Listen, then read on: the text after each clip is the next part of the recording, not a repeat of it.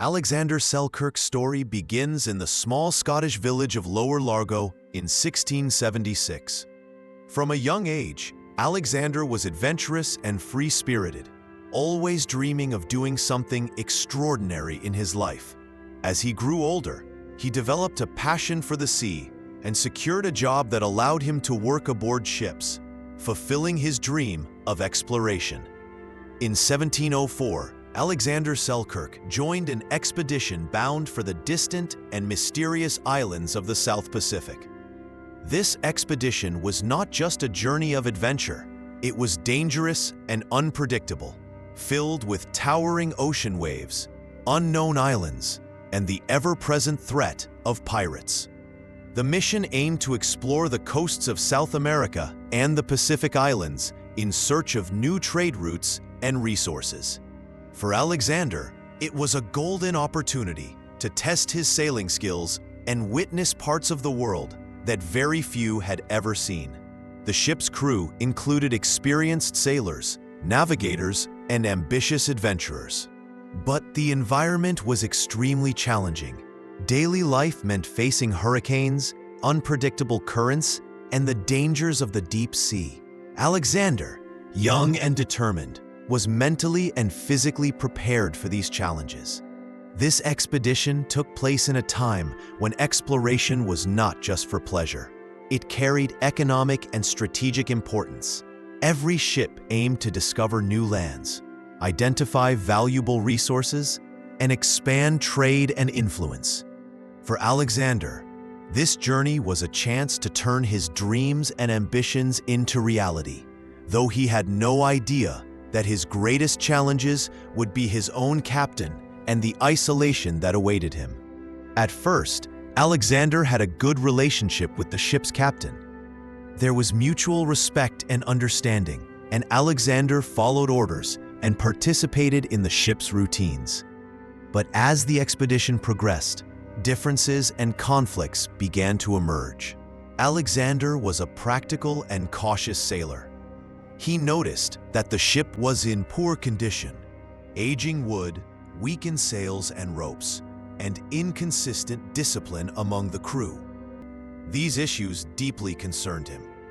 He warned the captain that if the ship continued in this state, disaster was inevitable. The captain, ambitious and confident, began to ignore Alexander's concerns, believing his fear and hesitation were unnecessary.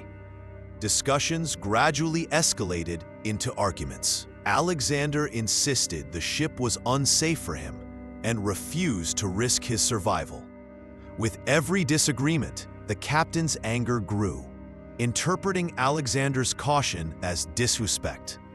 One day, tensions reached a breaking point. The captain felt Alexander's presence was endangering the ship's mission. In a drastic decision, he chose to leave Alexander on a remote island, allowing the expedition to continue without his complaints interfering. And so, Alexander Selkirk, a young, brave, and cautious sailor, faced perhaps the greatest challenge of his life: being alone on an unknown island. This decision, fueled by the captain's anger, misunderstanding, and Alexander's strong survival instincts, marked the beginning of one of history's most legendary survival stories. At that time, Alexander was only 24 years old. Alone between the vast ocean and the island's wildlife, he had to rely entirely on his skills and courage. He began planning his survival. The first challenge was shelter. He collected wood and leaves from the nearby forest to build a small hut. Then came the issue of food. The island had wild goats, which became his primary source of sustenance. Fishing became a daily routine, allowing him to develop essential survival skills. Every day brought new challenges: storms, extreme weather, and intense loneliness. But Alexander never gave up. To cope with his isolation, he established a disciplined routine. Every morning, he maintained his hut, explored the jungle, hunted, and fished. These tasks became the core of his life. Over time, He learned the island's natural rhythms, observing animal behavior and seasonal changes to adjust his survival strategies. Isolation also affected his morale. In the first few months, he often felt low and remembered his family and life back in Scotland. But gradually, he became part of this environment. The sounds of the jungle, the ocean waves, and the daily activities of wildlife became his comfort and companionship. He developed an unusual bond with nature. Each year, he maintained his health and strength. Alongside hunting and fishing, he learned which plants and fruits were edible. Storms and hurricanes occasionally damaged his shelter, but he rebuilt it each time, stronger than before. His survival skills and resilience were remarkable, giving him a unique perspective on life and death. Over time, Alexander perfected his skills.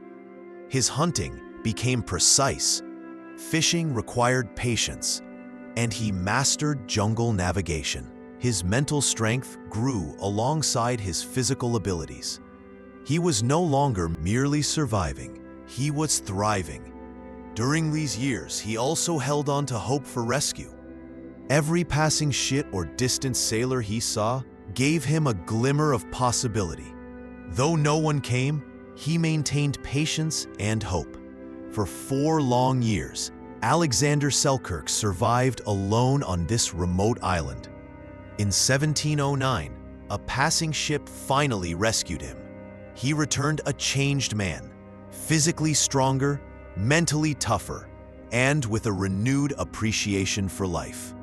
Alexander's story was so extraordinary that Daniel Defoe used it as inspiration for the classic novel Robinson Crusoe.